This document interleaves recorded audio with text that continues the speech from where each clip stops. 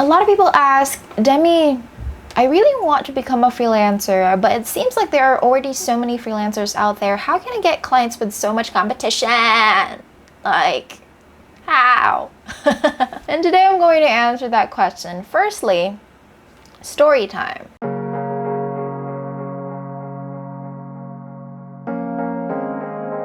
Back in the day when the CEO of Microsoft was still Steve Ballmer, he would go on to product launches and whatever it is, whatever kind of event there is, where he's going to be asked to speak in front of people, he would always mention about their competitor, Apple.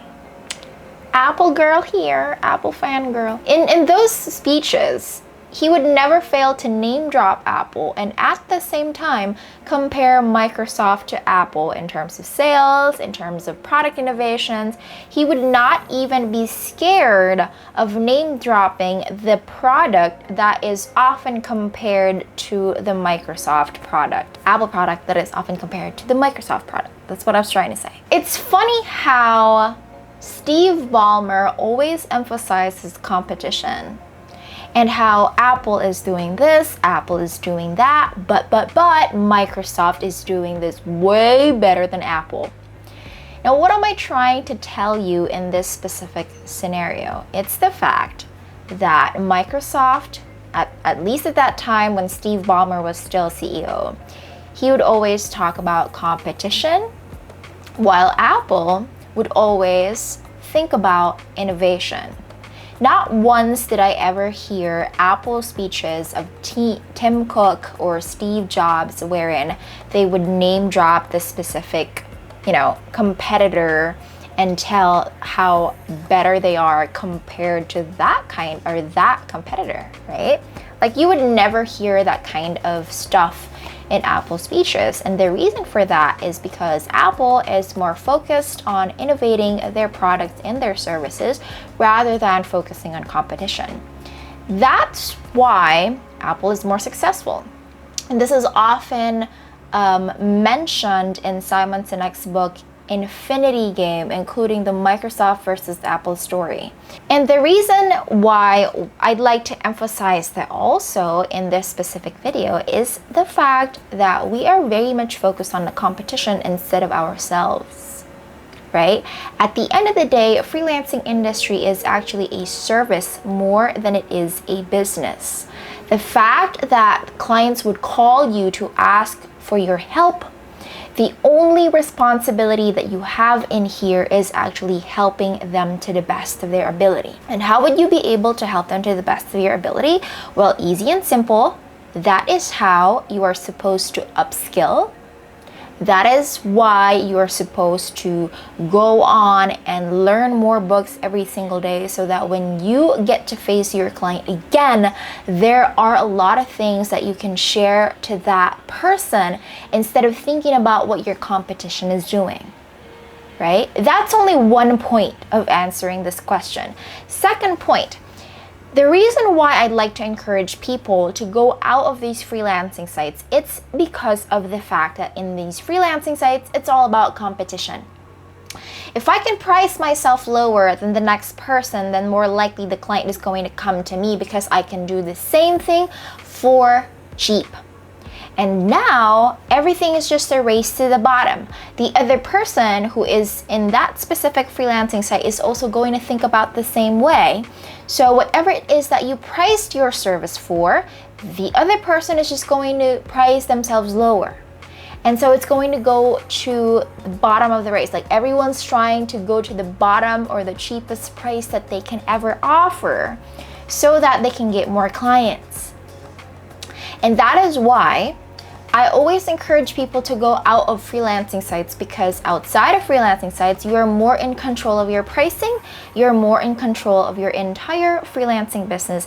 And that only means that even if you price your service to the premium, even if you price your services high enough that not a lot of people are going to compete, there is no scarcity in quality. When you are pricing yourself at the highest point or at a premium rate, that only tells the client or signals the client that you are actually better at what you do than these people who are racing to the bottom. Usually the ones that you buy for cheap are the ones that are not going to stay there for long. That is also why charging yourselves at a higher rate is actually a long-term sustainability goal rather than racing to the bottom and just, charging yourself at the cheapest that you can. Apart from that, for example, when you are finding clients on Facebook groups, say you went to a Facebook group that's called Authors Group, and then you went there because your ideal client avatar or your dream clients are actually authors. You went there trying to find a client, and then you notice that there are also other people or other freelancers that are in that same group. And then you start to think, oh my God, there are already so many competition in this specific group. How am I going to stand out? How am I going to get clients? Because there are so many people out there that are better than me in this specific Facebook group.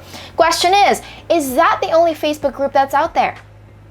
No, of course not. There are so many Facebook groups for authors that you can still go to. Another question, is there only one client out there that is looking for your specific service in that very Facebook group? Is there only one client? Probably not. If a Facebook group has 10,000 people or 10,000 members, most likely, even if let's say 1,000 of that is a graphic design prospect, because say for example your service is graphic design, and let's say there are 50 of you out there that are freelancers, there's still so many people to serve, right? At 1,000 people, and there's 50 of you freelancers, each one of you can get how many? And that is already a stable living right there. So thinking about competition is not even going to, it's not worth it. Because there are so many people out there that needs to be served. It's not only in that one Facebook group, you can find other Facebook groups, and if Facebook groups doesn't work for you, you can go to other social media platforms and actually find clients there, right? So thinking about this whole competition thing is not even worth it, because you should probably focus more on how you can serve better service. You should probably focus more on how you can create better products and better services for the people that you are wanting to serve. Because if you're just going to accumulate all of your time in order to think about what the other people are doing, you have lost already in this business game. Because for you, the objective is to become better than your competition instead of how can I stay longer in this business game? You are thinking about everything in the short term. In the long term, people who think about competition are not actually going to stay in the business game because they're thinking about they're trying to consume their time thinking about what other people are doing instead of creating a better product or service, right? In the long term, your goal should be, how can I stay in this business field for a longer period of time? And the answer to that is actually ensuring that you are providing quality service. If you're providing quality service, the higher you can charge. And the higher you can charge, the fewer clients are you only going to hold, right? If you charge high enough, you don't really need to find more clients.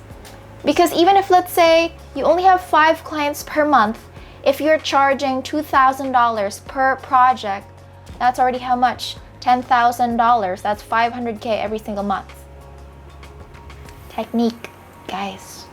Work smarter, not harder. So all of these things that I teach you actually has their very own reasons. And this is not only one of the ways on how you can stand out in the so-called competition. There are still so many ways. And that's what I teach inside Create and Rise Academy. So if you are very much interested to know about that specific program as well, click the link in the description or somewhere in the comment section. And maybe Create and Rise Academy is for you, maybe it is not.